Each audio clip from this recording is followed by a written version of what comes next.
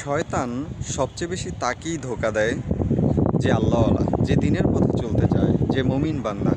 কেন তাকে ধোঁকা দেয়? কারণ তাকে আল্লাহর পথ থেকে বাধাগ্রস্ত করে, তাকে দিনের পথে চলতে দিতে চায় না। তার পথে সে চলে, ওই বান্দা চলে, শয়তান এটা দেখতে পছন্দ করেন না। কারণ শয়তান তো ওই দিন বলেছিল, হে আল্লাহ, আপনার প্রতিটা বান্দাকে আমি ভুল পথে চলাবো।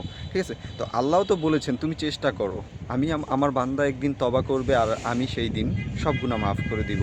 তো শয়তানের চেষ্টা করবেই। এখন আমাদের যার ইমান দুর্বল, আমাদের ইমান যেমন দুর্বল, তা আমরা তো শয়তানের চক্রে পড়েই যাব। তবে যদি শয়তানের চক্রে পড়ে আমরা ওই জায়গায় দাঁড়িয়ে থাকি তাহলে হবে না।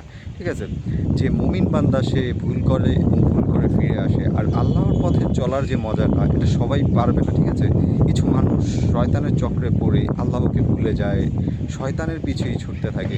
আসলে তার জীবনটা পুরোটাই পার করে দেয় ওই শয়তানের পিছে ছুটতে ছুটতে।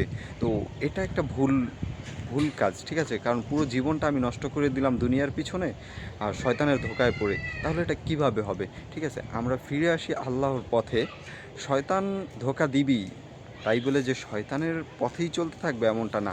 আল্লাহর রহমত কিন্তু আরও বড়। ঠিক আছে, আমরা এই দুনিয়া থেকে একদিন যখন বিদায় নিব তখন আল্লাহর সামনে সাক্ষাৎ করতেই হবে, তার সামনাসামনি হতেই হবে। ওই দিন আমরা কি জবাব দিব? যদি এখন না ভাবি তাহলে এই ভাবার সময়টা আর আসবে না। আমরা কিছু মানুষ বলি কালকে নামাজ পড়বো, কালকে থেকে শুরু করব। আসলে ওই কালকের দিনটা আমার আসবে কি না এটাই তো আমরা জানি না।